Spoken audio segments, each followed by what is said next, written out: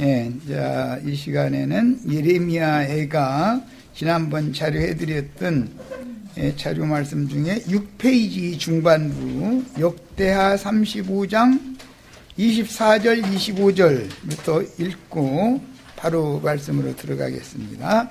다 찾으셨죠? 그 부하들이, 이것은 요시야의 부하들을 말하는 거예요. 무윗도골짜기에서 지금 부상당한 얘기예요. 그를 병고에서 데리게 하고 그의 버금 병고에 태워 예루살렘에 이른 후에 그가 죽으니, 그는 누구라고요? 요시야 왕이에요. 마지막 성군이었었어요. 그 조상들의 묘실에 장사되니라. 온 유다와 예루살렘 사람들이 요시야를 슬퍼하고 예레미야는 그를 위하여 애가를 지었으며, 누구를 위하여 예레미야가 애가를 지은 거예요? 요시야 왕의 죽음을 애곡하는 노래를 지은 거예요. 모든 노래하는 남자들과 여자들, 이것은 하나님의 성전에서, 오늘날 말하면 성가대죠. 성전에서 찬양하는 레위인들을 말하는 거예요. 요시야를 슬피 노래하니 이스라엘의 규례가 되어 오늘까지 이르렀으며 그 가사는 애가 중에 기록되었더라. 예레미야 애가는 이후로도 시간이 23년 반이란 시간이 지난 다음에 이스라엘 나라가 유대의 나라가 망했으니까 한참 후의 일이죠. 예레미야 애가를 쓴 거는. 그런데 이미 예레미야 애가와 같은 그런 슬픔을 노래한 노래가 이미 23년 전에 요시야가 죽었을 때 이미 예레미야를 통해서 지어져 가지고 온 국민들이 쉽게 배울 수 있도록 성전의 성가대들을 통해서 이 노래를 다 전 국민에게 퍼뜨렸다. 그런 내용이에요. 우리 쿠데타 정권 때 박정희 씨 그때 뭐 노래 많이 불렀죠. 새마을 운동 노래 뭐 많이 불렀었죠. 그런 것처럼 전 국민을 계몽 또는 정권이 하고 싶은 그 홍보를 위해서는 전 국민에게 노래를 이렇게 지어서 부르게 만들죠. 우리 뭐 여기 지체들은 한 30몇 년 전에, 30몇 년 전이 아니구나, 한 50년이나 된 것 같다. 그때 그 새마을 운동 노래 모르는 사람 없죠? 막 머리에 세뇌당했잖아요. 새벽종이 울렸네, 뭐 이거죠. 새벽종이 울렸네, 새 아침이 밝았네, 막 해가면서 삽들고 나가자, 막 해가면서. 그랬죠. 그렇게 하는 거예요. 이것은 국정홍보처라고 하는 데가 있어가지고, 거기에서, 음악에 그 재질이 있는 사람한테 많은 돈을 줘서 작사, 작곡하게 만들어가지고 전 국민 계몽을 위해서 이렇게 하는 거예요. 이제 어느 정권이든지 그 정권이 국가를 위해서 우리 정권은 이런 것을 중점 사안으로 이렇게 정치를 이렇게 끌어나가고자 한다라는 걸 국민들이 다 인식하고 함께 동역해 주게 하기 위해서는 국정 홍보처라는 것이 다 있죠. 지금은 뭐 문광분과 뭐 거기에서 하나 뭐 그러는 것 같은데, 어쨌든 간에 그때 당시 요시야 왕을 도와서 요시야 왕의 정치 종교 개혁에 하나님 말씀을 주어가지고 왕으로 하여금 하나님 말씀대로 정치 종교를 개혁하게 했던 그 왕의 동역자였던 예레미야는 요시야보다 2살이 아래인데 중추적인 역할을 했던 이제 동역 관계였었어요. 그런데 갑작스럽게 왕이 죽으니까 개혁을 마무리를 못하고 지금 상황이 중단되게 된 거잖아요. 상황을 이해를 하시길 바라요. 자, 성군 요시야를 동역하여 개혁에 앞장섰던 예레미야는 요시야의 갑작스런 죽음을 애도하며 애가를 지어 전 국민이 부르게 한 것을 보면 그는 히브리 문학에 깊은 조예가 있는 사람이었다라는 것을 알 수가 있어요. 그때 당시 이스라엘 사회에서 식자층이라고 하는 건 거의 다 제사장 무리였던 것이고, 뭐 빈천한 자들은 히브리어 글자 자기네들 말은 하지만 글자 쓸 줄도 모르는 사람들이 그때 당시에 문맹인들이 뭐 90%가 넘으니까 더 많았었죠. 그런데 제사장 무리는 히브리어 글자를 쓸 줄을 알고 성경을 필사를 할 줄을 알았단 말이에요. 제사장 무리는.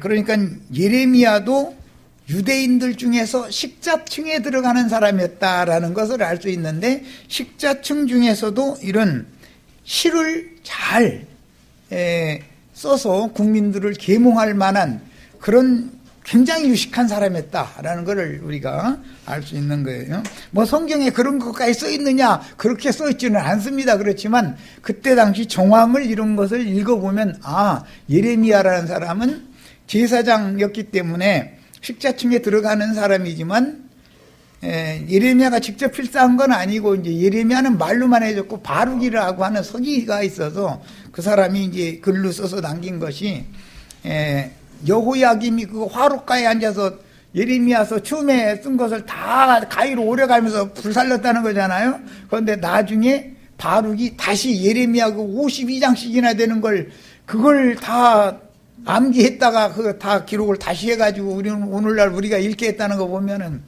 굉장한 사람들이죠. 그런데 이제 이것은 내가 이제 그런 것을 읽으면서 깨닫는 것은, 우리 인생의 체험이면은 내 가슴 속에 살아있기 때문에 글자로 밖으로 써놓은 것을 누가 가서 회방언을 하고 그렇게 불살랐을지라도 다시 내가 죽지 않는 한은 이 가슴 속에 들어있는 건 어디로 날아갈 수가 없는 거죠. 그거 다시 복구할 수 있죠. 자, 지난 시간에도 잠깐 말씀드린 것처럼 예레미야, 에가는 모두 22행식, 22절식으로 되어 있어요. 그것은 히브리어 알파벳, 알레프베트 이렇게 해서 나가는, 거기서 헬라어가 히브리어에서 나온 거였었고, 헬라어는 그 똑같은 히브리어 발음과 비슷비슷하죠. 그 다음에 영어가 헬라어에서 나온 거예요.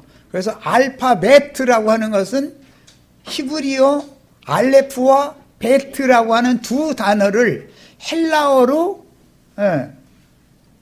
일단 음력이 됐다가 영어화 되어져서 영어의 ABCD 이렇게 하는 것이, 거기서 같은 맥락에서 나오는 거예요. 알파베트라는 말의 원래의 그 용어의 근원은 히브리어에서 온 것이다 라는 걸 알고 계셔야 돼. 그건 중등학교 때부터 지금은 뭐 어릴 때부터 영어를 배우지만 대부분 이제 중등학교 들어가서 영어를 배웠을 때 그 알파베트 그 암기시키면서 이것은 원래는 헬라어에서 그 위에 히브리어에서 온 거다, 그런 것도 선생님한테 다 배우셨죠? 그런데 다 잊어먹어서 생각 안 나요? 나는 다 생각하고 있는데, 기억이 나는데, 나 영어 가르쳐준 영어 담당 교사는 그 얘기를 해줬었는데, 그 언어의 변천사에 대해서.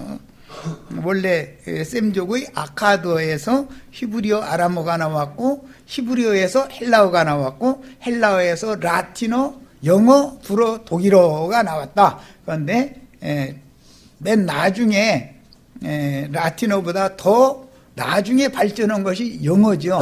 영국이 해가 지지 않는 나라였기 때문에 영국에서 배를 타고 청교도들이 대서양을 건너가서 그게 인도 제국인 줄 알고, 인도인 줄 알고 인도 간다고 배 타고 한 건데, 가서 참 좋은 땅이 있으니까 우리 인도에 왔다 해가지고 콜럼부스인가 그 사람이 했는데, 알고 보니까 그게 서쪽에 있는 인도다 해가지고 그때 당시에 미국 보고 서인도라고 그랬죠. 동인도 서인도 그때는 그렇게 불렀었어요. 다 역사, 중고등학교 역사 시간에 다 배우셨죠? 생각, 다 잊어먹어서 생각 안 나요? 또 그러시지 말고. 나는 생각이 나는데, 뭐 똑같이 배웠는데 생각이 안 난다는 게 이상하잖아요.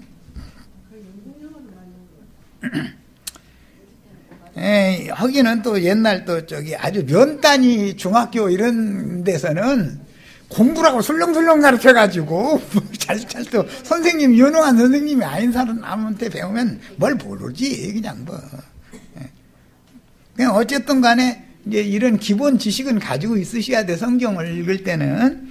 자, 요시야 왕의 정비인 하무달의 아들 여호아하스는 요시야의 후궁인 부다야의 딸 스비다가 낳은 여호야김보다 2년 늦게 정비가 낳은 여호아하스는 2살이 아래죠.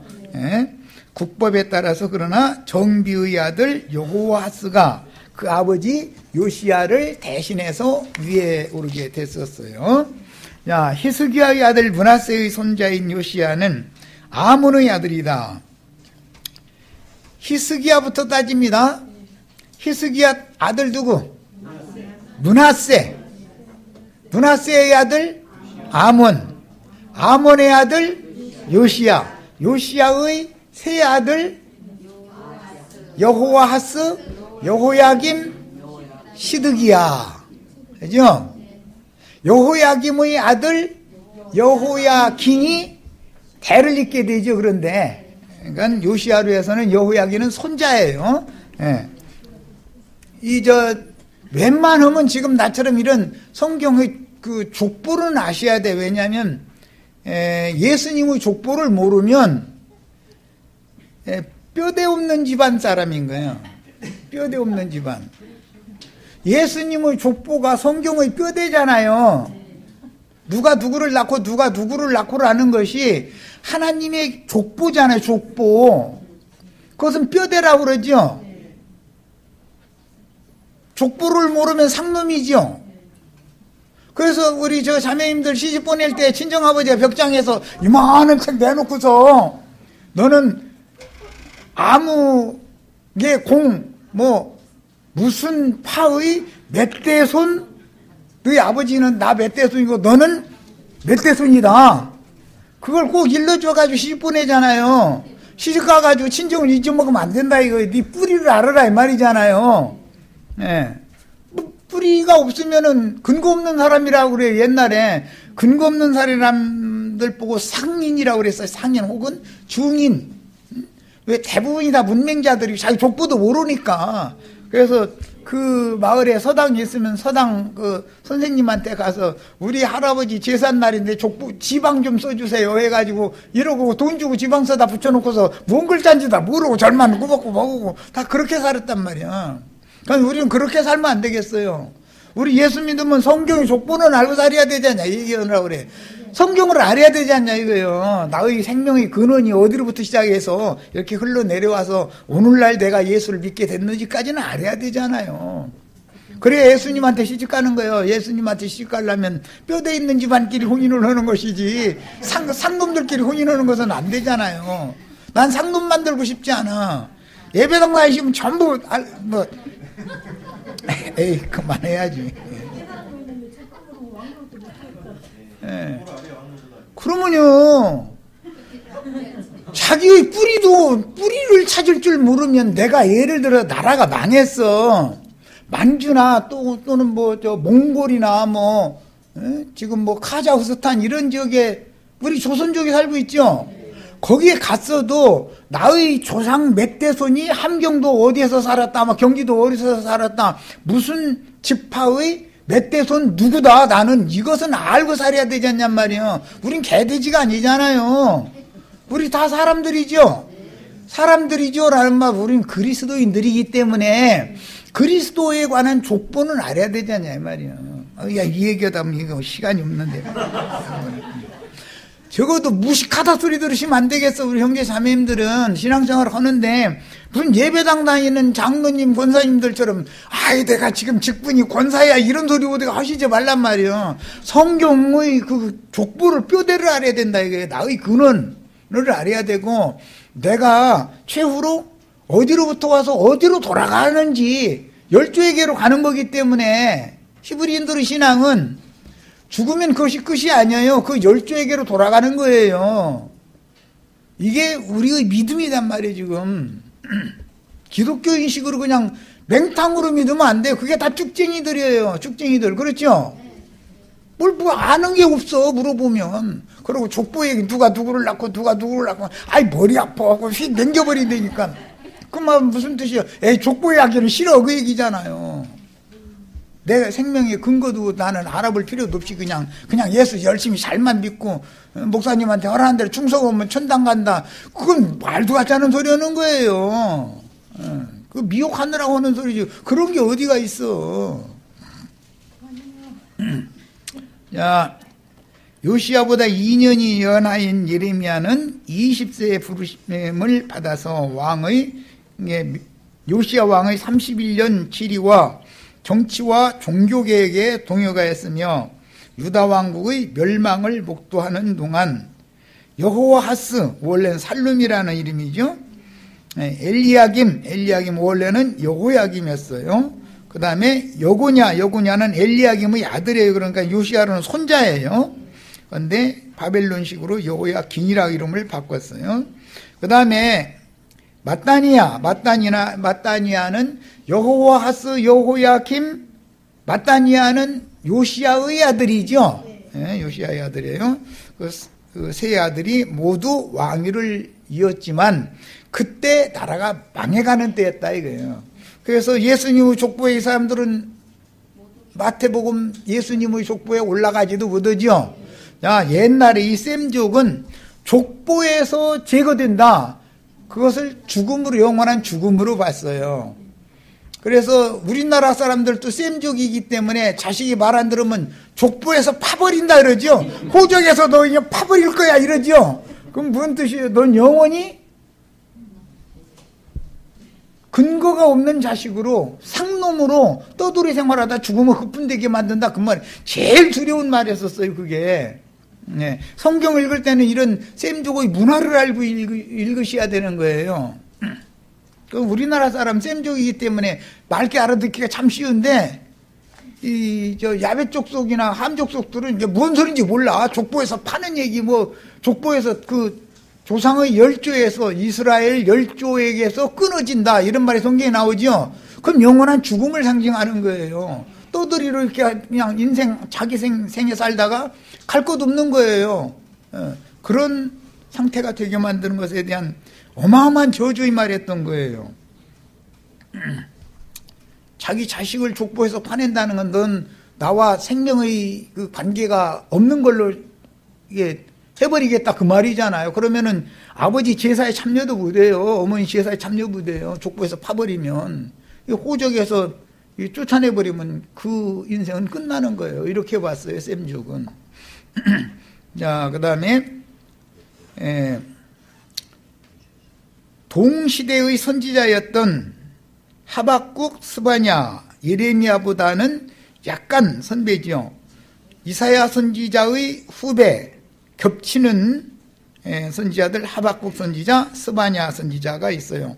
그 동시대이면서도 약간 선배, 같은 시대에 3대, 4대가 살게 되죠. 어느 세대든지.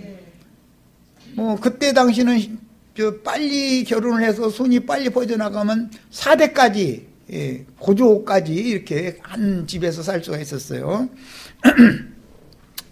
그런데 3, 4대가 동시대에 살다 보면 고조와 고손이 함께 살 수 있다는 뜻이죠. 그렇게 살다 보니까 한 시대지만 약간씩 그 세대 차이가 나는 거예요. 자, 또 다니엘 선지자와 그의 세 친구들은 동시대 사람들이다. 예레미야 선지자와 동시대 사람들이지만 바벨론의 1차 포로, 실제로는 이제 그 선지서에는 3차 포로로 돼 있는데 실제로는 침공은 4차례를 당해서 망하게 됐어요. 바벨론이 4번 공격을 했죠. 1차 횟수로는 2차 침공 때 여호야김 3년에 이게 이제 1차 포로다 그러는데 여호야김이 끌려갔다가 항복 바벨론 왕에게 순종하겠다, 항복한다 하니까 풀어줘가지고 다시 돌아와가지고서 11년 치리하다가 죽었죠. 이제 기본적인 역사적인 사실을 알으셔야 돼. 3년에 여호야김 3년에 포로가 되어 바벨론으로 끌려가서 다니엘은 바벨론의 셋째 치리자의 지위까지 올라갔었죠. 다니엘서에 보면 그 말씀 나오죠. 고위직까지 승진하였으며 에스겔 선지자는 2차 포로 때, 즉 여호야긴의 사로잡혀갈 때, 여호야긴은 요시야로는 손자예요. 여호야김의 아들이죠. 여호야긴과 함께 끌려간 2차 포로에서 바벨론에서 에스겔 선지자는 다니엘 선지자와 함께 생애를 마쳤으므로 이 사람들 보고는 이제 이건 신학적인 이제 용어인데 포로 중의 선지자들이다 이렇게 부르고, 예레미야는 끌려가다가 느부사라단이 풀어줬죠. 본국에서 긴급 명령이 와가지고 풀어줬어요. 그랬는데 네가 바벨론으로 가고 싶으면 가고, 너 가고 싶은 대로 가라 그랬더니 나는 남은 자들이라는 건 다 무식한 사람들이에요, 말하자면. 그런데 참 순진한 사람들이죠. 그들을 위해서 돌아가겠다 그래가지고 돌아온 것이 예레미야 선지자 개인적으로 보면 불행을 좌게 된 일이죠. 그래가지고 요하난이라고 하는 사람이 이제 그 총독을 죽이고 도망가려고 하던 사람들을 또 요하난이라는 사람이 또 톱을 해버리고 나서 바벨론이 보복이 두려우니까 애굽으로 망명을 갔죠. 다바네스라고 하는 곳으로 망명을 가는데 바로 느고에게 선물을 줄 것이 필요하다 이제 생각이 되니까 바룩과 예레미야 선지자를 끌어간 거예요. 그런데 그 예레미야서를 이제 읽다 보면은 애굽에 가가지고 저도 좋은 말은 한마디도 않고 날마다 민바치는 말만 하다가 죽었죠. 애굽에까지 갔으면은 좀 입 좀 다물고 있었으면은 그렇게 비참하게 죽지는 않았을 텐데, 애굽은 반드시 바벨론의 침략을 받아가지고 항복하고 망할 거다. 막 애굽에 갔으면은 애굽이 잘 될 거다 이렇게 해줘야 되잖아요. 애굽이 망할 것이고 애굽에 하나님의 백성들이 애굽으로 망명온 너희들 하나님께서 다 심판해 버릴 것이다. 막 이런 말만 계속 하는 거예요. 이제 예레미야 선지자 보면 좀 우직하고 미련한 그런 느낌도 많이 들죠. 일단 예레미야 43장에서 그 46장 사이에 나오는 말을 지금 내가 하고 있는데 그때 그냥 잠잠히만 있어도 먹고 사는 데는 지장 없었을 거 아니야. 그냥 식자증 없으니까 뭐 소당이라도 열어서 사람들 가르치고 이러면서 살면 먹고는 살 거 아니야. 근데 그냥 애굽 왕족들의 귀에다 대고도 쳐서 얘기하지. 본국에 있을 때도 왕족들의 귀에다 대고 쳐서 얘기하지. 그 백성들한테도 늘 쳐서만 얘기를 하니까 듣는 사람들이 거슬리게 듣는다 이거죠. 나도관 형제의 어떤 유튜브나 이런 데서 목사님들이 말씀 들으면은 기분 나쁜 말만 하는 거예요. 목사님들 참 잘하신다고, 그렇게 하셔야 된다고, 이런 말 한마디도 안 해주고, 기독교인들 잘하신다고, 그렇게 신앙생활 열심히 그렇게 하셔야 된다고, 이런 말을 안 해주잖아요. 늘 막 치는 말만 하고, 바벨론은 무너져 보일 것이다. 막 바벨론은 음녀 일곱 머리들 전부 창녀촌 기둥서방 놈들이다. 막 이런 식으로 얘기하면은 그래도 미워 죽겠는데. 그런데 이게 하나님의 선지자의 사명이다 이거예요. 이게 사람들의 귀를 긁어주는 말을 하라고 종을 쓰는 게 아니다는 거예요. 자, 여호와하스가 그의 조상들의 모든 행위대로 여호와 보시기에 악을 행하더니 바로 느고가 그를 하마 땅 림나에 가두어 예루살렘에서 왕이 되지 못하게 하고, 그게 애굽으로 여호와스를 끌어가 버린 것이죠. 그 대신 여호아스의 형, 이복형인 여호야김을 예루살렘 왕으로 세워놓고 바로 느고가 여호아하스는 끌어가서 가둬놔 버렸더라는 거예요. 그런데 애굽에서 그냥 죽은 거죠. 자, 그리고 나서 이제 주권국을 주장하기 위해서 벌금을, 패전국이니까 벌금을 이제 물려가지고 뭐 은 100달란트, 금 1달란트를 벌금으로 내게 하니까 왕이 재산이 많이 있다고 해도 이렇게 어마어마한 돈을 낼 수는 없잖아요. 그러다 보니까 할 수 없는 게 죽어나는 건 빈천한 백성들이지 뭐 이제 해가지고서 다 얼마씩 이렇게 내게 강요해가지고서 그 벌금 물어주고 이제 이렇게 떼는 거예요. 자, 여호아스는 애굽으로 잡아갔더니 그 거기서 애굽에서 죽었다. 그리고 엘리야김이라고 하는 여호아스의 이복형의 이름을 여호야김이라고 바꾸고 예루살렘 왕을 삼았다. 그랬어요. 갈그미스 전투에서 바벨론에게 패하고 돌아가면서 이 갈그미스 전투에 관한 상세한 기록은 예레미야 46장 2절에서 38절에 보면 상세하게 나와 있죠. 다 읽어보셨을 때지만 뭐 벌로로 읽어서 뭐 잘 생각이 안 난다 또 그러시겠지 또 뭐. BC 605년. 네, 여기 655년이라고 해놨네. 605년입니다. 네, 605년 갈그미스 전투라고 하는 것은 오늘날의 시리아, 그때 당시 아수르를 애굽왕 바로 느고가 치러 올라왔는데 아수르는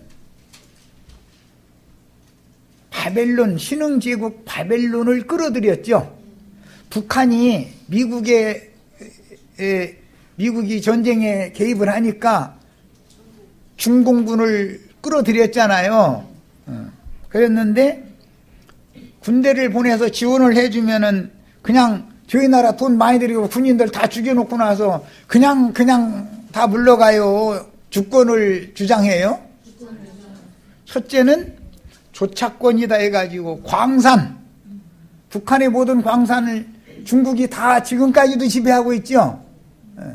앞으로 몇십 년 동안, 뭐 몇백 년 동안 무슨 광산, 무슨 철광산, 금광산, 무슨 광산은 중국이 이것은 맘대로 할 수 있다라고 조약을 맺고서 대가를 바라보고 군대를 파견하는 거잖아요.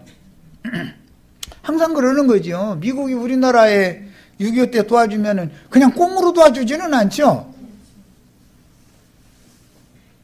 우리나라 맘대로 외교 어떤 것을 할 수 있어요, 없어요?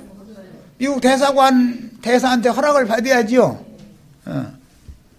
그건 뭐죠? 아직도 미국의 주권 하에 대한민국이라고 하는 나라는 미국의 손에 운명이 결정되는 거다. 미국이 허락하는 대로 안 하면 박 터지는 거죠. 뭐.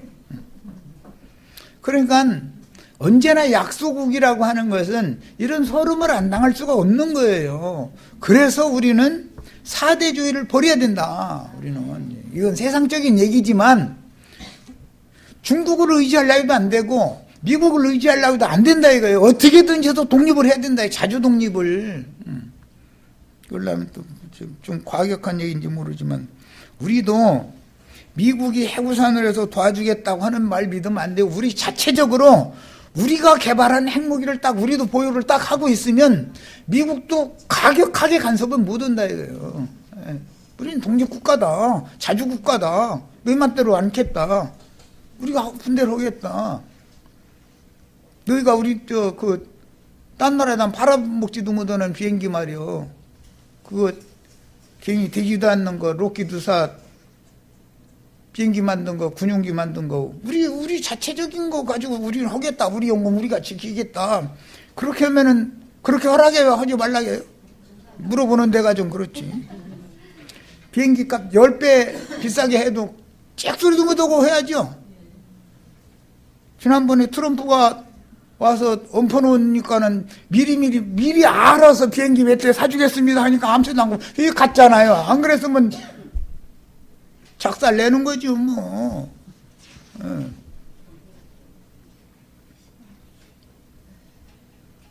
언제든지 약소국이 강대국을 의지해서 군사력을 빌려오면 임시는 편치만 나중에는 몇 배로 갚아야 된다 이거예요. 이런 걸 알아야 된다. 영적으로도 마찬가지예요. 사람들은 항상 어떤 난관에 처하면 나부터도 가장 그 중에서도 제일 수월한 방법, 그 중에서도 피해가 제일 적은 방법, 이걸 택하지. 피해가 당장 클지라도 하나님이 그쪽을 택하라 한다 해가지고 주님 앞에서 응답은 그쪽으로 왔어. 그래도 주님 이것은 너무하시잖아요. 조금만 봐주세요 해가면서 그래도 조금 수월한 쪽을 택해서 인생을 경영하기 마련이죠. 그런데 그것 때문에 죽어난다 이거예요. 그것 때문에. 하나님의 약속은 내가 허락한 대로 하면 너 지금 볼 때는 너 완전히 죽을 것 같으지. 그렇지만 내가 너 완전히 죽이지 않고 내가 너를 보존하고 너를 더 쉽게 복구시켜주고 회복시켜줄 거다. 그렇게 늘 응답은 그렇게 오는 거거든. 그런데 하나님과 타협을 자꾸 보려고 하거든. 제일 남 얘기할 것도 없어. 내가 그래요. 주여, 이것은 조금 나는 짐에 벅차네요. 주님 조금만 양보하세요. 나도 주님께로 조금 갈 테니까 주님도 내 쪽으로 조금 이렇게 손을 좀 내밀어 주세요. 해서 적당한 선에서 타협하시죠. 꼭 그래가지고 일처리를 하고 나면은 뭔가 꼬이죠, 나중에. 그래, 안 그래요? 이게 인간의 근성이다, 이거예요. 그런데 예레미야는 너무 과격한 편인 거예요. 아주 급진주의자예요. 그때 당시로 말하자면 예수님이 아주 급진주의자죠.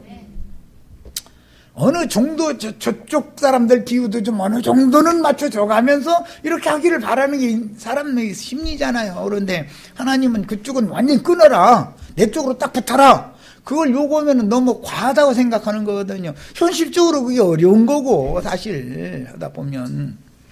그런데 그러다 보면 나중에 곤경에 처해서 양다리를 걸치지 싫어도 양쪽에 이제 쪼아대면 양다리를 걸칠 수밖에 없죠. 그러면은 이쪽에서 보복을 하든 이쪽에서 보복을 하든 죽어나는 거예요, 이제. 항상 그래요. 우리 개인 경영도 그렇고, 교회 생활도 그렇고, 국가 경영도 그렇고, 매사가 그래요. 지금 내가 하는 말을 잘 명심해 들으셔요. 하셔서 앞으로 인생 경영을 하실 때, 기도하셔서 주님께서 너 지금 당장은 이쪽을 택해라. 내 편을 택해라. 나한테 맡겨둬. 그러면은 맡겨야 되는데, 판단은 하거든. 나름대로 이게 휙휙 또 돌아가는 거고 그때는 생각이 많아지고 해가면서 꾀가 막 휙휙 돌아가거든. 이제 타협을 하는 거예요. 주님 이렇게 응답하시지만 그건 조금 나한테는 벅차니까 내가 주님께로 반 가고 주님도 내 쪽으로 반만 와주세요 해가지고 중간선에서 손잡죠. 꼭 이렇게 하죠. 그런데 그게 사람 죽이는 일이다 이거예요. 그렇게 해서 실패 보시는 거 많이 해보셨죠? 이스라엘이 그때 당시 그랬다 이거예요. 여호야김이 은과 금을 바로에게 줄 때 여호야김이 개인 재산으로 준 건 아닐 거 아니요. 국민들한테 분담시켜서 다 그나이도 죽을 둥 살 둥 겨우 연명하고 사는 사람들 쪼아대가지고 해다가 최고 벌금 냈다는 거잖아요. 나라가 이 정도 되면 왕이 책임져야죠. 가정이 이 정도 되면 가장이 책임져야 되잖아요. 당신이 안 해보고 당신이 이렇게 고집 부려서 내가 할 수 없게 들어줬더니 그건 말도 같지 않은 소린 거예요. 가장이면 가장답게 아무리 아내가 이렇게 해야 된다고 우겨도 그건 아니다. 응답이 딱 왔으면 딱 막아설 수 있어야 본의가 쓰는 거예요. 책임도 자기 책임이잖아요. 가정의 궁극적인 책임은 누가 져야 돼요? 가장이 져야지. 이게 나라에서는 왕이 할 책임이다 이거예요. 그런데 왕은 적당하게 하기를 원한다 이거예요. 세상 나라에서 처음에는 신정권에 대해서 기대가 크기 때문에 막 인기가 막 이렇죠. 대통령 당선증 받았을 때가 최고로 권력이 많을 때예요. 취임하기 전에, 직전에. 그때는 그 사람이 어디, 전에 내가 한번 이게 들으니 오래전 얘기인데, 일산이든가 어디서 뭔가 사건이 났는데, 당선인 신분으로 그 경찰서 딱 가서 이거 어떻게 이렇게 안 돼? 한마디 슬쩍 하고 왔는데 그 이튿날 당장 해결된 걸 내보고, 이야, 참 대단하다. 내가 이제 그런 걸 느낀 적이 있는데, 그런 거예요. 그러다가 시간이 지나면 취임한 이후로는 내려갈 일만 있지 올라갈 일은 없어요. 항상 그런 거예요. 뭐 해보니까 지난번 사람분이나 이 사람이나 뭐 다를 게 하나도 없네. 뭐 이러죠. 왜? 전 국민이 다 호응해 주는 건 아니잖아요. 반대파가, 반은 저쪽 파가 있게 말이야. 어느 나라든지 있는 건데, 그러다 보면 나중에 시간이 지나면 양쪽 말을 다 들으라고 하는 여론이 형성되죠. 양쪽 말을 다 들으라라는 말은 애굽 말도 듣고 바벨론 말도 듣고 이렇게 하려고죠. 중국 말도 듣고 미국 말도 들으려고 외교 정책을 그렇게 하면은 나라가 잘 될 것 같으죠. 양쪽에서 또 쪼아대는 날이 반드시 온다 이거예요. 반드시 오게 돼 있어요. 그러면 죽어나는 거예요. 이제 그렇게 되면. 개인 인생사도 똑같고 항상 이래요. 하나님의 일은 당장에 너무 무리한 요구를 하시는 것이 하나님의 응답이다. 그렇게 하면 나는 완전히 쫄딱 망하는 거예요. 그런데 너 지금 망하려면 지금 쫄딱 망하면은 내가 빨리 더 회복시켜 줄 수 있는데, 너 시간 끓은 다음에 빚까지 잔뜩 진 다음에 망했다가는 너 회복시키려면 시간 걸려. 그러니까 지금 망해. 너 망하는 쪽으로 내가 인도할 테니까 응답은 그거예요. 너 그쪽으로 따라올래? 그러면 사람은 그렇게 않거든요. 계산이 벌써 딱 나오는 거예요. 다 우리 인생 경영 해봤죠? 우리 박영재 해봤지? 타협하는 거예요. 하나님하고 이제 타협하는 거예요. 하나님 처음에는 너 내 말 안 들으면 너 알아서 해. 그럼 너 잔머리 잘 굴린다. 알아서 해. 이제 이러시는 거지 뭐. 그럼 알아서 한답시고 했는데 빚만 잔뜩 남는 거지 뭐. 처음에 아예 한꺼번에 폭삭망했으면 하나님이 빚이 없으면 회복시키기는 빠른 것이거든요. 하나님이 개입해서 야 이렇게 돈 빌려다 너 회복할 수 있도록 내 길을 열어줄게. 돈 빌려주겠다는 사람이 딱 대기하고 있어 또. 하나님 말 들으면. 그런데 여기저기서 미리 손 벌려 다 찔끔찔끔 다 비드다 쓰면 나중에 어디가 손 벌릴 데가 없어 이제. 회복하기가 어려운 거예요. 인생 경영도 교회 경영도 가정 경영도 회사 경영도 국가 경영도 항상 사대주의를 버려야 된다. 주님께 온전히 맡기는 거, 이게 얼마나 중요한지를 아셔야 되겠어요. 뭐 그때 당시의 그 유다 왕국 예루살렘 사람들의 정황을 말한 것이지만 이것은 오늘날 나의 신앙을 점검하게 하는 데 목적이 있는 것이지 옛날 역사로 해서 지나가고 그러면 무슨 소용이 있어요. 말씀 백날 가르침 받으면 뭐에 다 소용없는 일이지. 나의 오늘날의 신앙은 어떻고 나의 판단은 과연 믿는다 말로는 그러지만 뭔 일만 있으면 하나님 보고 양보 받아내려고 타협을 하는 경향이 더 많지 않냐 이거예요. 자꾸 타협을 하자고 하면은 하나님이 사람 이길 수 있어요? 손자 길러오셨죠? 손자 이긴 할머니 할아버지 있으면 손 들어봐요. 자신 있는 분. 못 이기는 거예요. 못 이겨요. 알았다. 너 알아서 해라. 그러면 하나님이 나는 너 마음에 안 든다 소리인데 그게. 근데 뭐 들을 기가 있어야 말이지 또. 역대하 36장으로 갑니다. 그 땅의 백성이 요시아의 아들 여호와스를 세워서 그 아버지를 대신하여 예루살렘 왕으로 삼으니 여호와스가 왕위에 오를 때 나이가 23세더라. 그가 예루살렘에서 다스린 지 석 달에 애굽 왕이 예루살렘에서 그의 왕위를 폐하고 또 그 나라의 은 100달란트와 금 1달란트를 벌금으로 내게 하여 애굽 왕 느고가 그의 형제 엘리야김을 세워 유다와 예루살렘 왕으로 삼고 그 이름을 고쳐서 여호야김이라 하고 그 형제 여호아스를 애굽으로 잡아갔더라. 여호야김이 왕위에 오를 때 나이가 25세라 예루살렘에서 11년 동안 다스리며 그의 하나님 여호와 보시기에 악을 행하였더라. 바벨론 왕 느부갓네살이 올라와서 이제 양쪽에 남방의 짐승 애굽과 동방의 짐승 바벨론 사이에 끼어가지고 이 옴나탈락 못하게 만들어 놔버린 거예요 이제. 그런데 임신은 그렇게라도 해야 살겠으니까 한 건데 잘못한 거다예요. 예레미야 선지자의 말대로 애굽을 완전히 딱 잘라내버리고 바벨론에게 순이 항복해라. 그러면 이 왕이 사로잡혀가거나 완전히 멸망하거나 하지 않을 거라는 걸 예레미야 선지자를 통해서 예언을 들었죠. 그런데 예루살렘 왕족이나 제사장족들은 애굽을 잘라내려고 않더라는 거예요. 우리와 대대로 조약을 맺어가지고 친하게 지낸 나라인데 어떻게 그것을 잘라내느냐고 이런다는 거예요. 어떤 분들이 지금 이런 강론 들으면은 미국, 일본 막 그쪽 너무 의지하지 말란 말이냐고. 예, 너무 의지하면 안 됩니다. 신미주의에 옳지 않은 거예요. 어떻게든지 해서 우리 힘으로 자력으로 우리나라를 지켜야 돼. 우리나라보다 인구도 적고 국력도 약한 나라도 미국이 함부로 못 오는 나라들이 수없이 많아요. 지구상에는. 그런데 왜 우리는 미국이 맘대로 해요? 그 있을 법이나 한 얘기예요? 우리는 남북한을 합치면 1억이 거의 다 돼요. 인구가.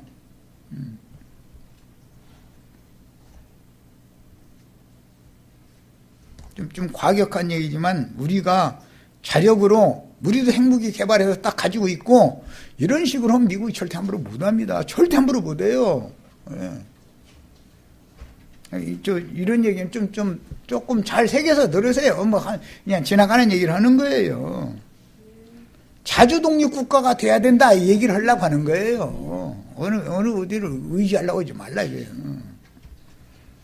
사대주의를 버리지 않으면 큰일 나요.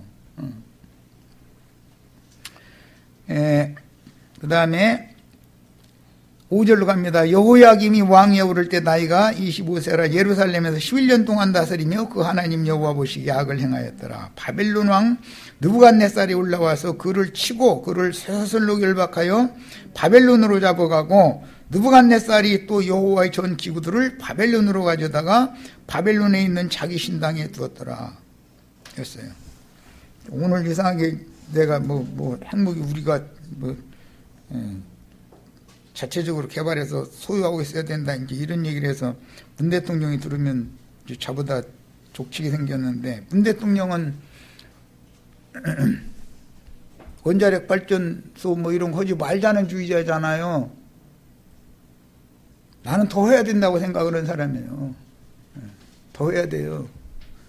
그래야 원자력 재처리를 해서 열을 다시 그걸 가열을 일단 한 번 불 땐 재를 가지고 재처리 이런 것이 핵무기 만드는 원료잖아요.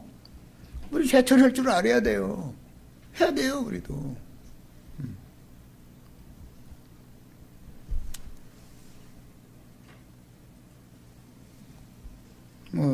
국가의 정책에 대해서 반기를 드는 얘기를 좀 해서 죄송하지만 이것은 우리 살 길은 우리가 찾아야 된다. 남을 의지 하지 말아야 된다라는 말을 하고자 해서 이런 얘기까지 하게 된 거예요. 어쨌든 새겨서 들으세요.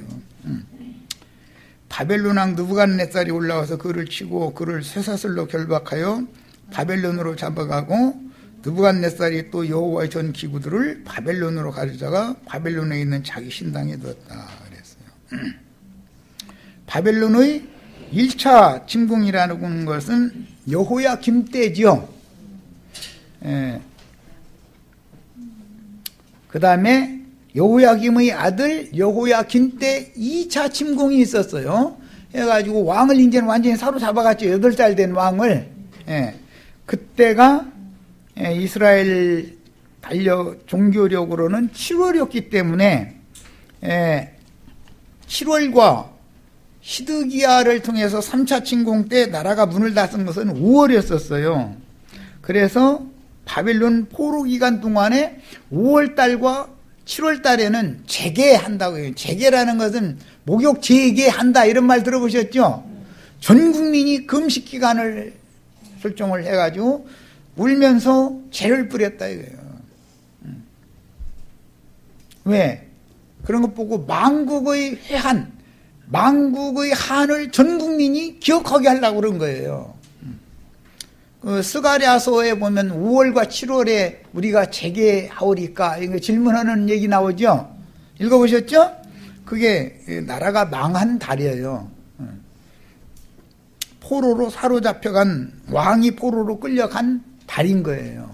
이제 왕이 포로로 끌려갔을 뿐 아니라 왕궁과 신전에 있던 금은 기명 모든 보물들을 다 뺏겨버린 거, 수탈당해버린 거예요.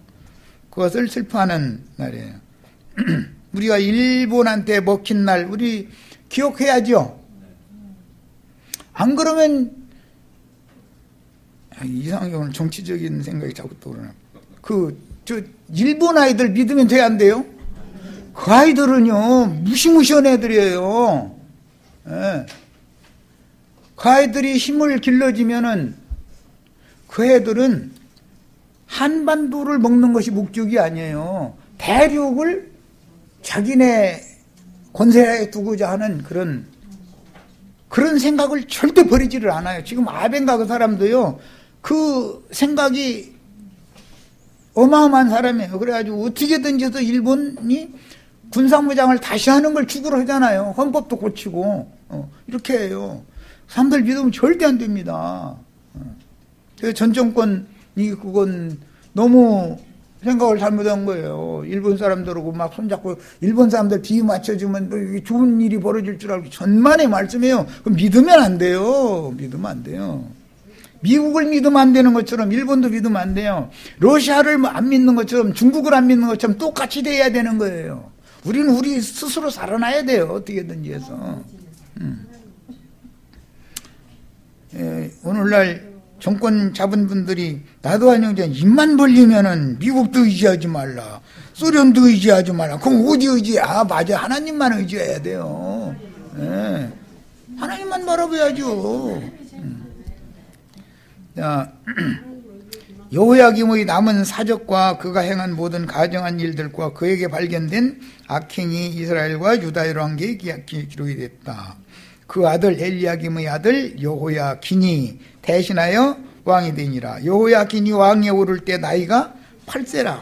예루살렘에서 석 달 열흘 동안 다스리며 여호와 보시기에 악을 행하였더라. 어린 아이가 국정 운영을 악하게 행한 여부는 그의 모후가 어떤 사람이야. 선지자의 말을 모후가 순종하는 사람이면은 그는 선종을 베풀었다고 기록을 할 거고, 그 어머니가 하라는 대로 하게 마련이니까 어린 왕은 왕령이 출납되는 거야. 왕의 이름으로 출납이 되지만 실제는 그 뒤에서 어머니가 다 하라는 대로 하는 거 아니에요. 어린 8살 먹으면 뭐 알아요. 엄마 하라는 대로 하는 거지. 그 해에 느부갓네살 왕이 사람을 보내요. 그랬는데 이 사람이 누구죠? 느보사라단이라고 하는 바벨론의 군대 장관이죠. 우리나라를 도운 건 미국의 트루먼 대통령이 한국전쟁에 메카더라고 하는 사령관을 보내가지고 우리나라를 도왔죠. 그걸 생각하시면 돼요. 뭔 말인지 아시겠죠? 예.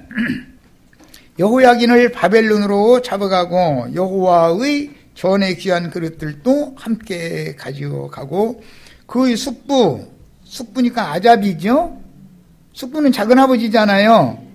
존스루는 여호야긴의 숙부 시드기야, 그러니까 요시야의 아들이죠. 여호야긴은 요시야의 손자고, 여호야긴을 사로잡아가는 대신 시드기야를 세워서 유다와 예루살렘 왕으로 삼았더라. 시드기야가 왕에 오를 때 나이가 21세라 예루살렘에서 11년 동안을 다스렸다 그랬어요. 시드기야 11년에 이제 완전 유다가 문을 닫게 되죠. 예루살렘이 다 무너지고 성전은 불타고 왕궁 불타고 그랬어요. 자, 바벨론의 2차 점령 때가 여호야긴 때고, 이미 여호야긴 때 한 번 점령이 당했고 여호야긴 때 또 한 번 당했고, 시드기야 때는 완전히 3차 점령을 당할 때는 완전히 나라가 문을 닫은 거예요.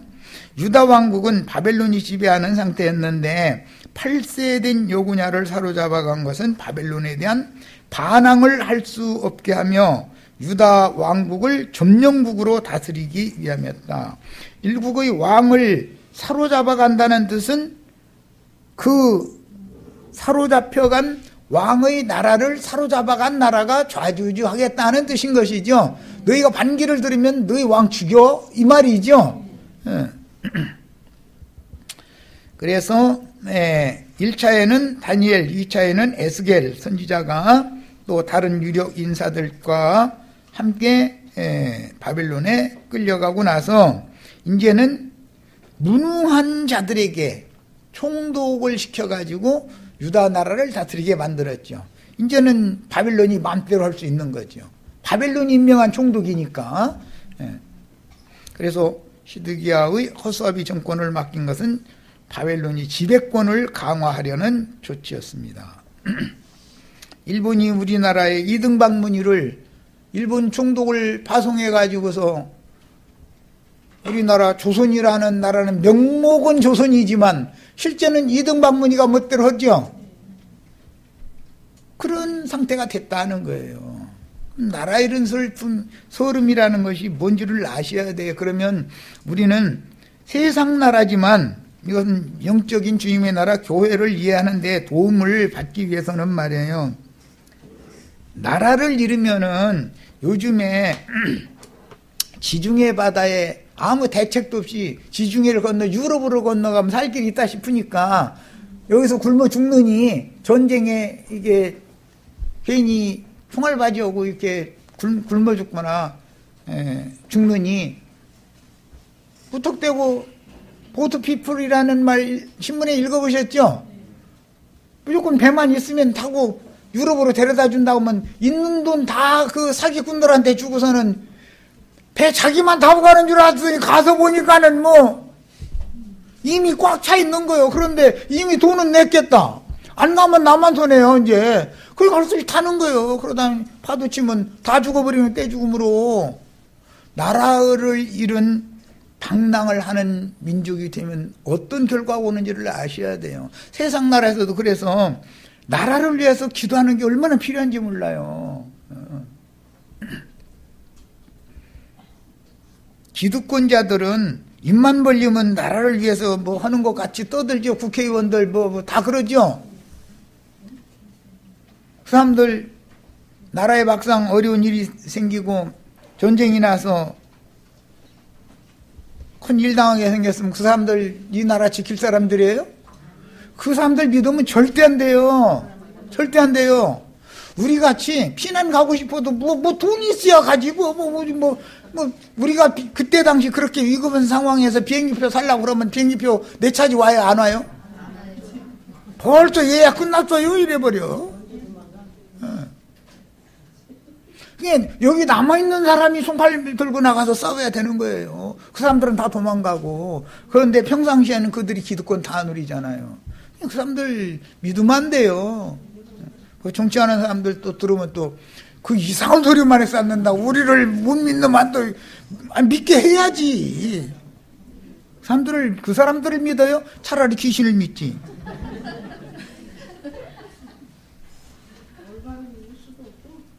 자, 이 본문은 유다 왕국의 멸망기에 쇠약해진 유다 왕국을 점령하려는 주변의 강대국, 그 다음에 중근동의 패권을 잡기 위한 정책에 의하여 흔들리던 유다 왕국의 형편과 그 당시 국제정세를 보여주는데, 현대에도 패권주의라는 건 항상 강대국은 패권주의를 지향하죠.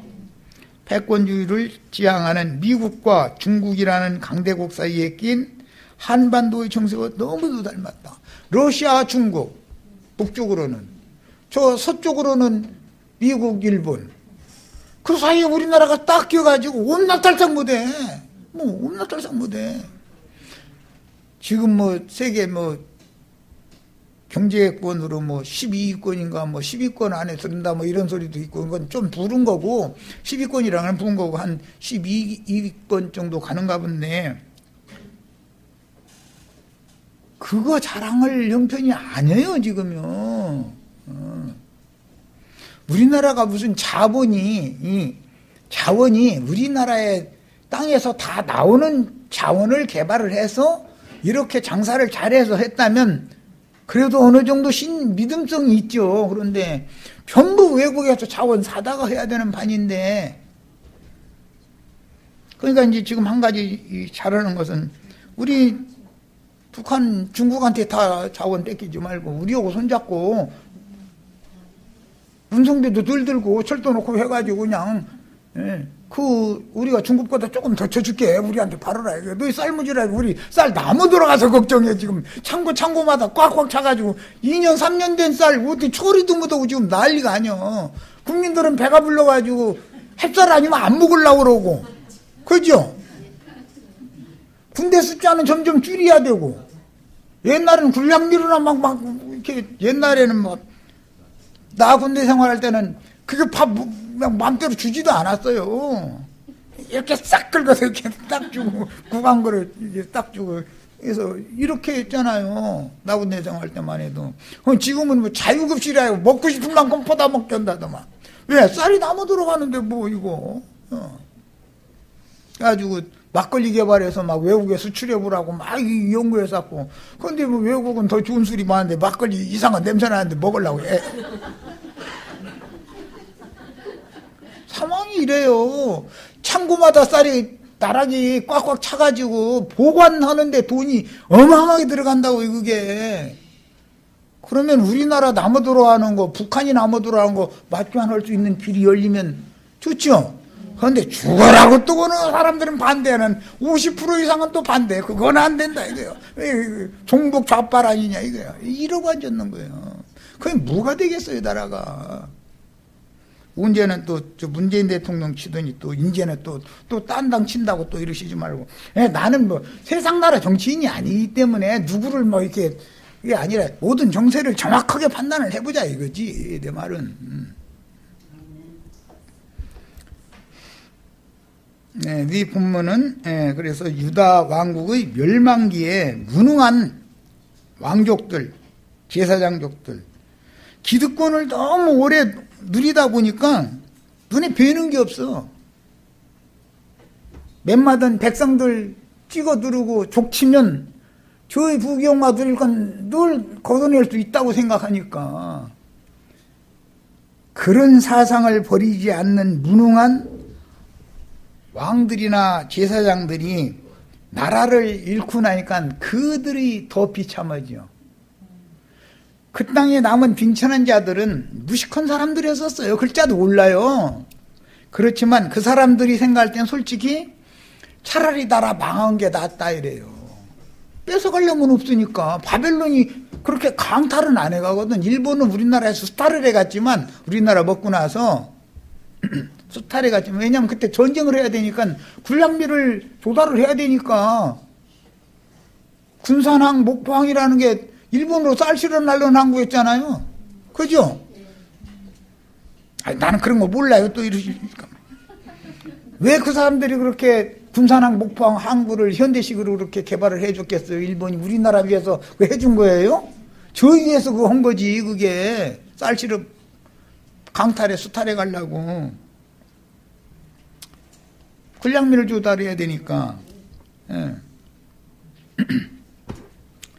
남진 정책으로 세력을 확장하려던 아시리아를 제어하려고 대군을 이끌고 올라온 애국왕은 신흥 제국인 바벨론의 개입으로 바벨론과 아수르가 손을 잡았어요. 시리아가. 그래서 애굽을 물리쳤어요. 그런데 바벨론이 시리아를 도와서 애굽을 물리쳐주고 나면, 아, 이제 나 일 다 봤으니까 내 나라로 갈게. 그냥 곤히 가요? 그거 아니죠. 반드시 군사를 동원해 주려면 속으로는 영국권의 썸씽이 있는 거예요. 오가오가 하는 거예요. 어제 신문이든가 내가 봤는데 미국이 현대에는 모든 전쟁에 미국이 개입 안 되는 전쟁이 없죠. 제일 남는 장사는 뭐예요? 미국으로 봐서는 전쟁 일으키는 거예요. 전쟁 일으키는 거예요. 네. 총알 하나 못 만들게 만들어요. 각 나라에서는. 네. 미국이 다 팔아먹어요. 우리 거 사다 써라 이거예요. 총, 대포, 뭐 군함, 비행기 다 사다 써라 이거예요. 그러면 그건 100배를 일을 남겨도 잭소리 묻고 사와야 되는 거예요. 아니, 전쟁을 수행을 해야 되는데 어떻게 할 거요? 그러고서는 나중에 뭐라고 하는 줄 알아요? 1차 대전에 쓰던 나 군대 생활할 때는 M1 소총이라고 키 작은 나 같은 사람은 걸음걸으려면 이 종아리에다가 총 개머리판이 털떡 걸려. 얼마나 이놈의 총이 길고 큰지. 미국은 그런 총 쓰지도 않았어요. 나 군대 생활할 때는. 간단하고도 명중률도 좋고 가볍고 한 좋은 총 저희는 이미 딱 개발해서 이렇게 해놓고 나서 우리한테는 옛날 몇십 년 전에 써먹던 거 너 이거 무상으로 줄게 무상으로 이러고 하면서 도와주는 척한다 이거예요. 그거는 곰을 치우는 용도로 쓰는 거죠. 이런 걸 아셔야 돼. 우리나라에 비행기 팔면요 그 사람들은 이미 다른 비행기를 개발을 해놓고 있다는 뜻인 거예요. 우리나라에 뭔 무기 팔죠. 그 사람들은 그보다 훨씬 성능도 좋고 훨씬 나은 뭔가를 이미 개발을 해놓고 나서 폐기 처분할 것을 쓰레기 보내는 거예요. 그리고 돈 내라 이게 쓰레기 팔면서도 돈을 어마어마하게 하다 잭소리 못 오는 거예요. 그보다 돈 없는 장사 어디 있어요? 땅 짓고 헤엄치는 장사. 미국 국민들이 뭐 우리나라처럼 막 피땀 흘려서 일을 해서 그렇게 잘 사는 줄 알아요? 그 사람들은 툭 하면 자동차 타고 먼 타주로 여행이나 다니고 이런 거 일주일에 5일도 일 안 씁니다 사실은. 어영부영하고 그냥 월급 다 살고 다 그렇게 살지.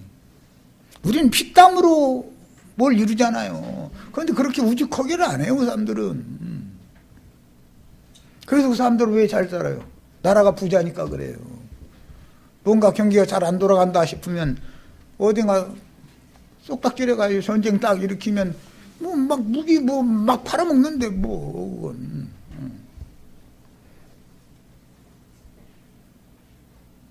이제 미국 대통령이 그럼 잡으라고 얘기하는데 또 하는 것이 뻔히 보이지 않냐 이 말이에요. 뻔히 보이잖아요. 우리나라 미군 보내서 지켜주니까 주둔비 더 내라고 분명히 그런다는 거예요. 이제 올해 우리 죽어나게 생겼어요. 앞으로 이제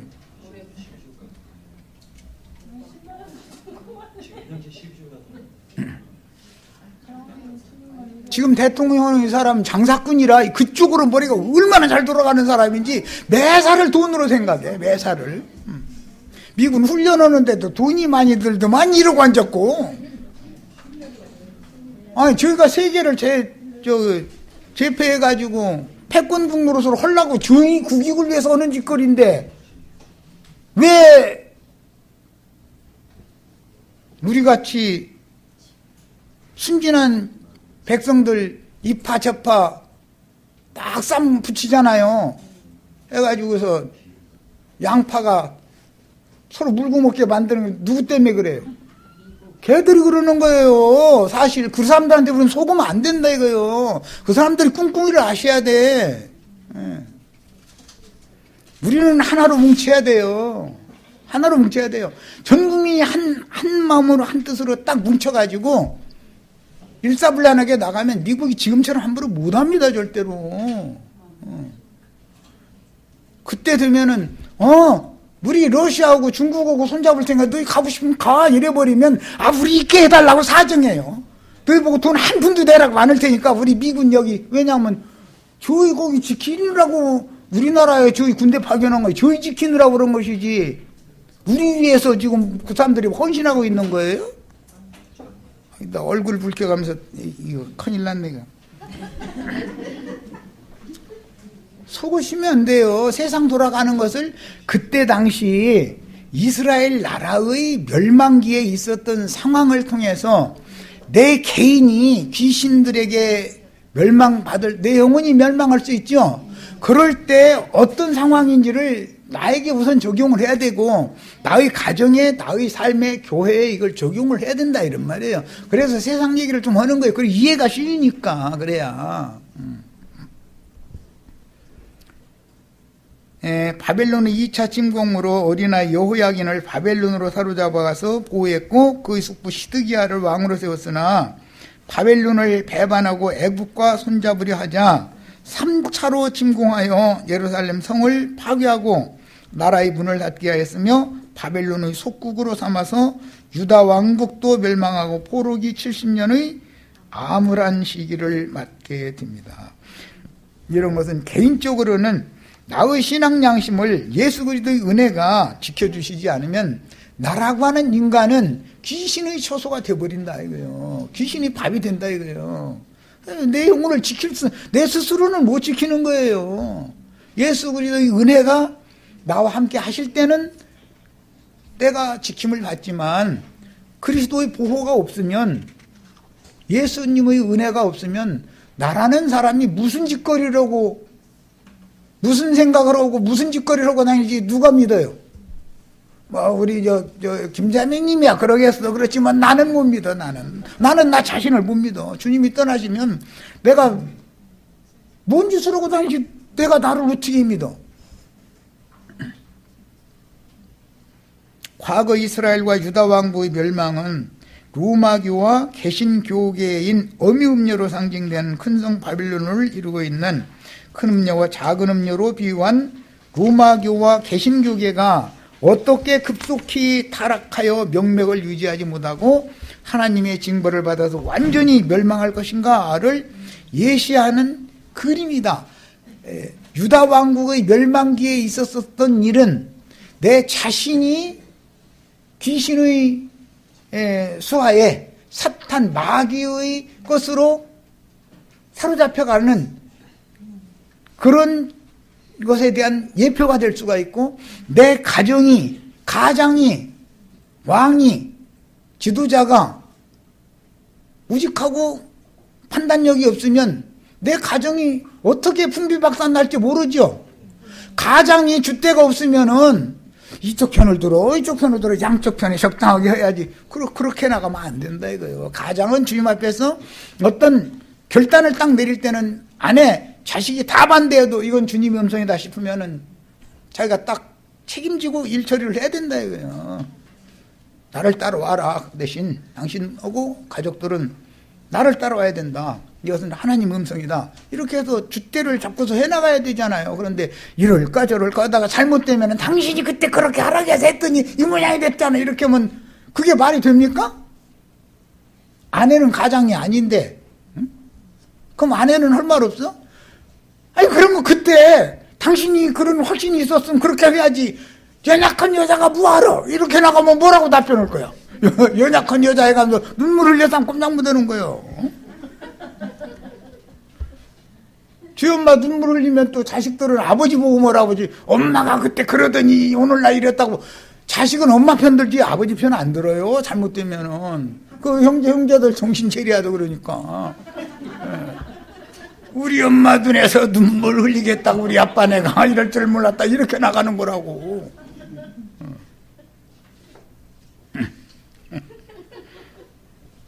세상 돌아가는 이치를 알고 살아야 되잖아 이 얘기예요. 이런 것을 알아야 교회 인도자로서의 자격이 있는 거단 말이야. 여호와의 말씀을 극도로 대적한 므낫세에 의해서 상자에 넣어 톱으로 켜서 죽인 노인 선지자 이사야의 사후 스바냐와 하박국 선지자의 활동으로 이어지는데 이사야의 활동 기간 60년이 지난 때 요시야 13년부터 예레미야 선지자가 시기적으로는 태를 잇게 됐습니다. 예레미야 선지자는 바벨론으로 이거되지 않고 예루살렘과 유대 땅에 남겨진 빈천한 백성들을 위해 남겨진 선지자였으나 친애굽주의자인 요하난의 애굽 망명길에 애굽으로 끌려가서 애굽의 망명자들에게 아주 막 신랄한 예언을 한 거예요. 남방 짐승 들어라 막 이런 식으로 애굽 보고 애굽 왕 보고 남방의 짐승이라고 막 이래요. 아니 애굽에 끌려와서 밥 얻어 먹으러 온 주제에 애굽 왕 바로 보고 이 짐승아 들어라 이러면 그게 제정신 가진 사람이에요? 그걸 하나님이 그렇게 말씀하라고 하니까 남방 짐승은 들을지어다 막 이러는 거예요. 그거 읽어보셨죠? 예레미야서 바벨론이 너희를 침공해가지고 이 짐승들 나라 말이에요. 이거 싹 쓸어버릴 것이다. 너희 할 수 없이라도 항복하게 될 것이다. 유다 백성들 너희가 포로로 사로잡아 놓고 있지 말고 돌려보내라. 그런데 바로는 아니 주인 나라 얻어먹으러 우리 살려만 주시고 왔는데 그러고 있는 거 다 애굽을 위해서 써가면서 다 해가면서 여기서 외기만 주면 고맙겠다는데 그 사람들 포로로 사로잡고 있어야 팔레스타인 땅의 지배권을 주장할 수 있게 생겼잖아요. 보냅니까? 안 보내죠. 바벨론 왕 보고도 북방 짐승 들을지어다 막 이러는 거예요. 또 아니 아무나 뭐 짐승이래 그냥.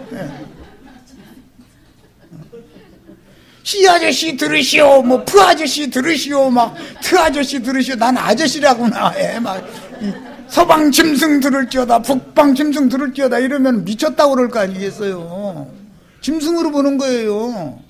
왜? 하나님의 말씀에 대해서 기가 처막힌 사람들은 짐승으로 보는 거예요. 그러니까는 이렇게 막 신랄하게 비판하는 거예요. 그런 예레미야 선지자의 예언에 따라서 계시록에 짐승 얘기가 나오는 거예요. 바다에서 올라오는 짐승, 땅에서 올라온 짐승. 왜? 그들은 하나님의 말씀을 들을 줄을 모르는 사람들이니까 그렇게 말을 한 거예요. 그럼 문 대통령 들으시 이렇게 하면은 뭔 말인데 나 하지. 근데 문짐승 들으라 막 만약에 이러면은 그놈 잡아와봐 뭔 소리 하는지 이랬다가 나만 작살나는 거지 뭐. 그랬단 말이에요. 예레미야 선지자는. 사람은 이 목숨을 목숨으로 여기지도 않았어요. 그러니까 하나님의 종인 거예요. 그러니까 그 귀에다 대고 쳐서 말하라고 해서 보냄을 받았지 좋은 말에 기 좀 긁어줘 이렇게 해서 보낸 게 아니거든요. 아무리 하나님이 그렇게 하라고 했다고 해서 또 실제로 그렇게 하는 사람 담대한 사람이죠. 진짜 대단한 사람이죠. 우리는 똑같은 성경을 읽어도 그런 걸 생각을 안 해보는 거예요 지금. 43장 예레미야서 이제 43장 여기 인용을 했고 그 당시 망해가던 유다 왕국의 지도자들은 애굽과 바벨론이라는 신흥 강대국 사이에서 외교 문제로 갈팡질팡하였으며 우리는 북방 외교냐 서방 외교냐 가지고 지금 갈팡질팡하죠. 북방 외교도 잘못하면은 중국이 우리나라 미국보다도 지금 시장이 더 우리나라 중국에 파는 물건이 훨씬 더 많잖아요. 돈액수로. 그러니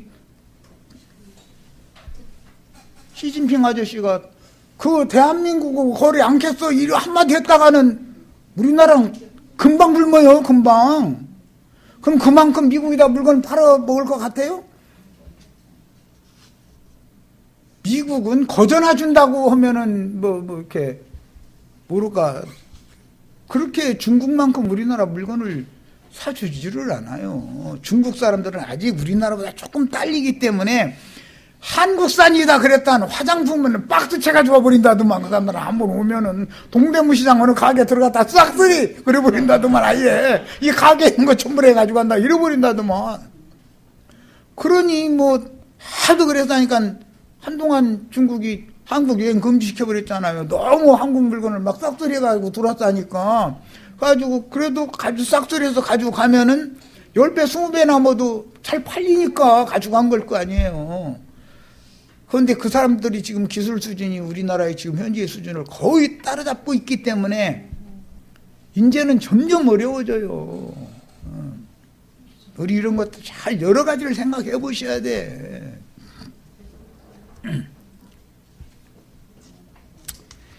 예레미야는 극단적인 이런 대립을 애굽과 바벨론 사이에 대립을 하고 있을 때 예레미야는 지난번 우리 읽었죠. 예레미야 38장 17절 한번 다시 읽고 오겠습니다.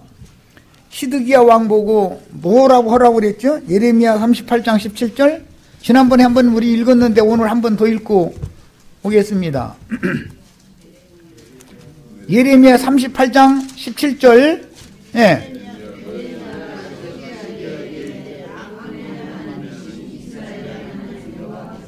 이와 같이 말씀하시되 네가는 시드기야 왕이에요.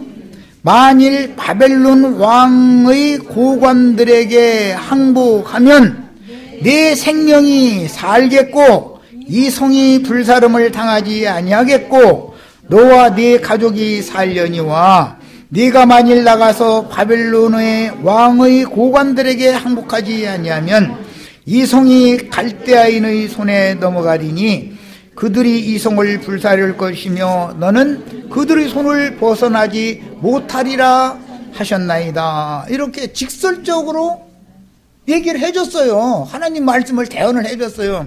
그런데 선지자의 말을 들어요, 안 들어요? 안 들어요. 바벨론에 항복하느니 애굽 군대를 불러들여가지고 우리 지금 나라 좀 보존을 해야지 이쪽으로만 잔머리를 그쪽으로만 굴리는 거예요. 그런데 예레미야 선지자는 애굽을 절대 의지하지 말아라. 남방 짐승에 관한 경고라. 남방 짐승, 북방 짐승에게 멸망한다. 그거 의지하지 말아라. 자꾸 얘기를 하는 거예요. 그러면은 예레미야 선지자는 너무 그때 당시 왕족이나 제사장족들이 볼 때는 극단주의자잖아요. 너무 바벨론을 의지하게 하는 그런 사람이라고 인식할 수밖에 없죠.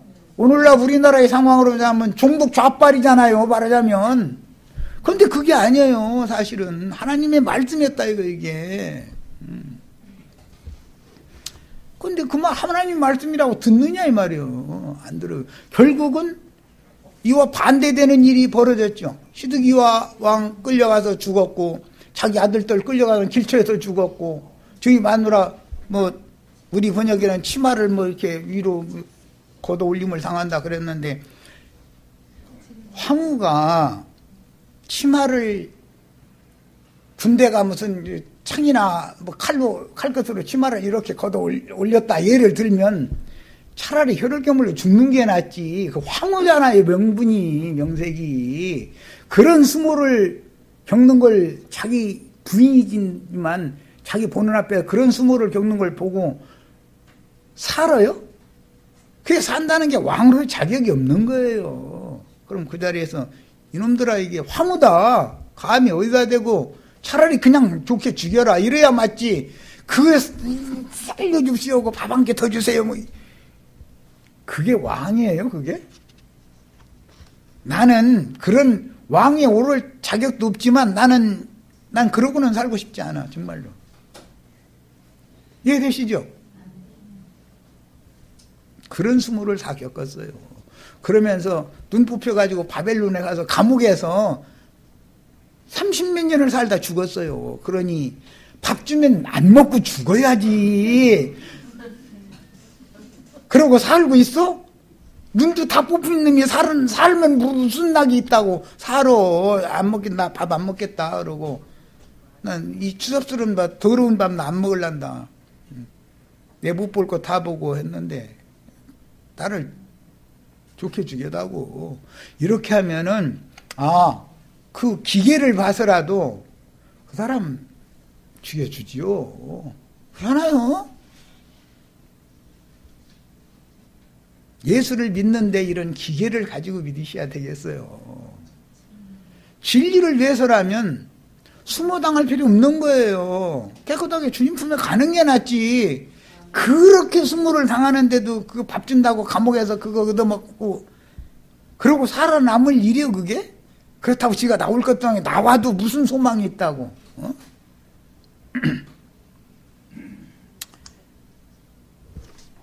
예. 그 다음에 이제 요 11페이지로 가겠습니다. 아수르의 강력한 왕 아수르 보니팔의 사후 급속도로 부상한 바벨론은 마침내 아수르를 점령했고 이어 가알그미스 전투에서 승전하고 애굽까지 항복시키므로 중근동의 패권을 바벨론이 쥐게 됐죠. 처음에는 애굽 바로 느고의 침공을 막기 위해서 보니팔이 죽자마자 약한 아수르는 바벨론 군대를 불러들였어요. 그런데 나중에 바벨론 군대가 아수르를 그냥 무혈점령을 해버리는 거예요. 허약한 왕이니까 짓밟아버리는 거예요. 그리고는 중근동 패권을 완전히 잡아버렸단 말이에요. 그런데 이렇게 될 것을 선지자를 통해서 이미 예언을 다 했잖아요. 그러니까 바벨론에게 순순히 항복해라. 그러면 때가 차면, 때라는 것 때는 이제 예레미야 선지자에게 예언돼. 이건 70년이에요. 70년 동안 너희가 수모를 당하고 있으면 바벨론의 포로로 끌려가지 않고 너 죽지도 않고 좀 기다리라. 그러면 70년은 못 살 테니까 뭐 네 자손 대에 가서는 나라 회복해 주겠다. 지금 그 말이잖아요. 그럼 순종을 했어야 되잖아요. 그런데 극단주의자로 몰아버리는 거예요. 예레미야의 이런 외침에도 불구하고 유다 왕들은 국제 정세를 제대로 살피지 못하고 계속해서 바벨론을 배척하고 애굽을 의존하려 한 결과 바벨론의 3차에 걸친 유다 침공으로 결국 예루살렘 성은 함락되고 다윗이 문을 연 유다 왕국은 다윗의 후손 요시야의 아들 시드기야 때 나라의 문을 닫았습니다. 유대인들은 이스라엘 왕국의 시조인 다윗과 같은 성군이 나타나서 야곱 자손 이스라엘의 영광을 회복할 것이라는 메시아 대망 사상을 포로기간 70년 동안에도 꿈을 잃지는 않았어요. 꿈을 잃은 백성은 재기할 길이 없지만 하나님의 선지자가 앞서서 이런 것을 예언을 했다. 그 하나님의 약속을 꿈으로 붙잡고 있는 거예요. 그러면은 전 국민이 바벨론의 포로로 사로잡혀간 상태지만 또 헬라파 유대인이라 흩어진 많은 본국의 유대인들보다 본국에 남은 유대인들보다 흩어진 유대인들이 더 많았어요. 이제 이렇게 되다 보니까 그러나 하나님은 때가 찼을 때 나라를 회복시켜줬다. 약속대로. 그러니까 이것이 이제 우리에게도 소망이다. 우리는 지금 세상 교계의 상황을 볼 때는 너무 절망적이죠. 이 목사들 설득할 방법이 없죠. 누가 이 사람들을 설득하겠어요. 어? 그런데 자기네들 스스로 세상 사람들한테 불신임을 당하는 지경에 왔잖아요. 지금 30년 전만 해도 목사하면은 성직자라 해가지고 다 존경받았어요. 불과 몇십 년 전만 해도. 지금은 목사하면 뭘로 통해요? 도적놈, 그죠? 목사하고 도적놈들 이래버려요. 세상 사람들이 그런다니까. 그래서 뭐 불과 한 15년 전인가 뭐 10몇 년 전에 목사만 부자 됐구나 뭐 이제 그런 비방은 노래도 나오고 그랬잖아요. 응? 씹지도 않고 꿀꺽 삼킨다 뭐 이래가면서 뭐 그냥 그런 노래가 유행을 하고 유튜브에 떠돌아다니고 그러면은 목사들이 부끄러운 줄을 알고 창피를 알아야 되잖아요. 세상에게 우리가 오히려 불신당하는구나라는 걸 그럼 돌이켜야 되잖아요. 그런데 사람들은 그런 생활로 너무 기득권을 오래 누리고 그 생활에 익숙해져 있다 보니까 누가 뭔 소리를 해도 저 사람은 목사들을 괜히 비판한다 이렇게 나가지 우리가 정말로 잘못했다 주님 우리를 용서해 주세요 이렇게 돌이키지를 않는 거거든. 이것은 뭐냐 망조들어서 그러는 거예요. 혹시 뭐 이런 얘기를 하는 나도간 형제가 혹시라도 엉뚱한 소리 하면은 왜 나팔 소리가 바꿔졌어? 이러셔야 된단 말이요. 같이 살아야 되잖아요. 말씀을 가르치는 종이 변질되면 그 교회 전체가 버림받는 거예요. 가장이 잘못된 길로 계속하면은 가정 전체가 버림받잖아요. 대통령이 나라 경영을 잘못하면 그 국가가 망하는 것이거든요. 책임자가 얼마나 중요한지 아셔야 돼. 13페이지로 가서 마치겠습니다. 예수님이 이제 마지막 6월절 때 얘기인데 똑같은 예레미야 선지자와 같이 눈물을 흘리면서 예언을 하셨죠.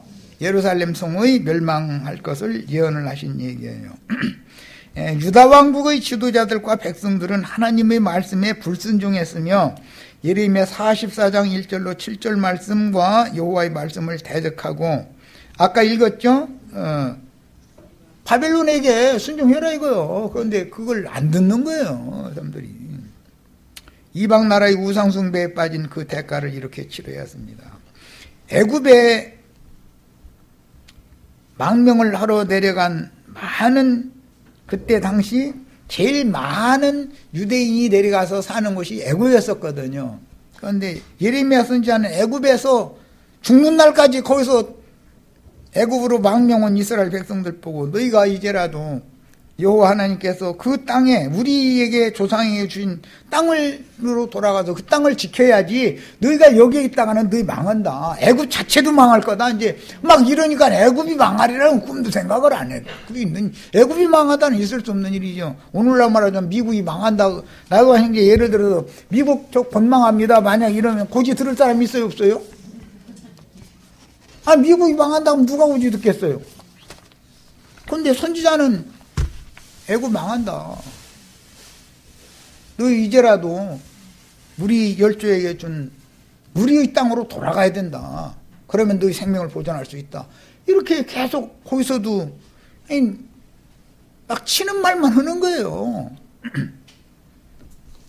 애굽에 있는 자기 백성들에게 좋은 말은 안 해주고 여기서 악착같이 해서 장사도 좀 잘하고 해가면서 먹고 살 길 해서 살 길 찾읍시다 뭐 이렇게 격려하는 말을 하는 게 아니라 우리 본토로 하나님이 그 땅에서 살으라고 그랬지 여기를 이렇게 애굽을 의지해서 여기 내려라고 하지 않았다. 다 돌아가라. 자꾸 이러는 거예요. 그러면 사로잡아간 요하난이라는 사람과 바로왕의 입장에서 보면 이게 처지길로만요 지금.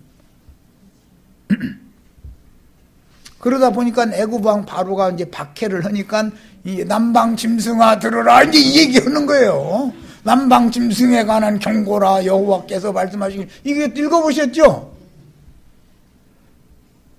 아무것도 아닌 선지자라는 사람이 강대국 대국 중에 대국인 애굽 왕한테 짐승아 들으라 막 이러면은 나 빨리 죽여줘 그 말이지 뭐. 사실은 나 더 이상 살고 싶지 않아 그 말이지 뭐. 솔직히 말하자면. 그래서 이런 역사는 교회사에도 그대로 적용이 돼요. 교회가 세속화되고 교회의 지도자들은 하나님의 집을 자신들의 배를 채우기 위한 장사꾼들의 장터로 더럽혔다. 그래서 마지막 6월절 때 성전에서 재물 파는 장사꾼들 다 쫓아내는 얘기가 나오죠. 그것은 예수님이 왜 그런 거예요? 나 죽여라 그 말이죠. 실제는 난 더 이상 살고 싶지 않다 그 말인 거예요. 예레미야 선지자가 애굽에 가서 남방 짐승아 들어라 해가면서 아니 애굽의 왕복하는 소리예요 그게. 그러면 나 죽여달라 소리예요. 나 좀 살려주십시오 하는 소리예요. 그러니까 듣다 애굽 왕도 이놈 더 이상 살려줄 가치도 없는 놈이다 하니까 죽인 거 아니겠어요. 자기 백성들을 이렇게 심판하신 것을 보면서도 교계의 지도자들은 아랑곳하지 않고 세상 부귀, 세상 영광만 추구하며 신자들은 저런 악한 지도자들의 거짓말만을 지금도 맹신한다. 다 맹신자들이요 보면. 무지하고 완악한 교계의 지도자들과 맹신자들은 진리의 회복, 생명의 회복을 외치는 소수의 증인들은 이단자로 몰아서 예레미야 선지자를 이단자로 규정하고 자기를 맹신하던 백성들과 합세하여 선지자를 박해했던 바수울과 동료들이 되어서 진리의 증거를 이단교리라고 단정하고 진리의 증거를 반대하며 오로지 자신들의 조직신학교리만을 자꾸 세우려고 그러는 거예요. 왜? 그래야 자기들의 교권을 유지할 수 있다고 생각하기 때문에. 예레미야가 활동하던 시기에는 스바냐, 하박국, 나훔, 다니엘, 에스겔 등의 많은 선지자들이 활동했는데 히스기야의 손자요 므낫세의 아들인 아몬이 궁중 반란으로 죽자 갑작스럽게 8세의 어린 나이로 위에 오른 요시야의 후견인이 되었을 아몬의 아내이며 요시야의 어머니 보스갓 아다야의 딸인 여디다라고 우리 번역이 이렇게 했는데 원문은 히브리어는 여디디야지요. 정권의 장악력과 강력한 후견이 얼마나 훌륭했다라는 것을 가늠할 수가 있습니다. 요시야의 어머니가 얼마나 훌륭한 어머니였나. 그 말은 요시야의 어머니가 앞선 이사야 선지자나 모든 선지자들의 예언에 얼마만큼 자기 남편과 반대로 자기 남편은 아무런 교만에다가 반역당해가지고 죽은 거 아니에요. 그런데 신앙이 서로 달렸다는 걸 알 수 있는 거예요. 그래서 세상 교회가 어떻게 하든 우리들이 지향하는 이런 주임의 교회는 여디디야 요시야의 어머니처럼 후견을 잘하는 그런 교회를 생활을 해야 되겠고 그런 교회를 꼭 세우는 이상을 보셔야 되겠어요. 여기까지서 마칩니다. 시간이 좀 길어졌네요.